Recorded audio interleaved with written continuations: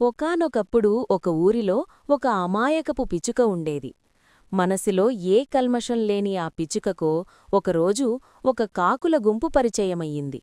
ఆ కాకులతో పిచుకకి స్నేహమయ్యింది. పిచుకకి అందరూ చెప్పారు, ఆ కాకులతో స్నేహం చెయ్యొద్దు, అవి మంచివి కావు అని. కాని ఆ పిచుక మాట వినలేదు.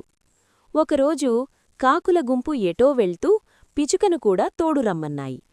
అమాయక పిచుక ఎక్కడికి ఎందుకు అని అడగకుండా ఆ కాకులను గుడ్డిగా నమ్మి వాటితో వెళ్ళింది. కాకులు ఒక పొలానికి వెళ్ళి అక్కడ మొక్కలన్నిటినీ ధ్వంసం చేయసాగాయి.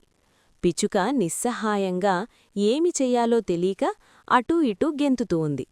ఇంతలో ఆ పొలం రైతులు పరిగెత్తుకుంటూ వచ్చి ఒక పెద్ద కర్రతో ఆ కాకులను కొట్టడం మొదలెట్టారు. కాకుల గుంపుకు ఇది అలవాటే, అవి తుర్రున ఎగిరిపోయాయి. పిచుక రైతులకు దొరికిపోయింది.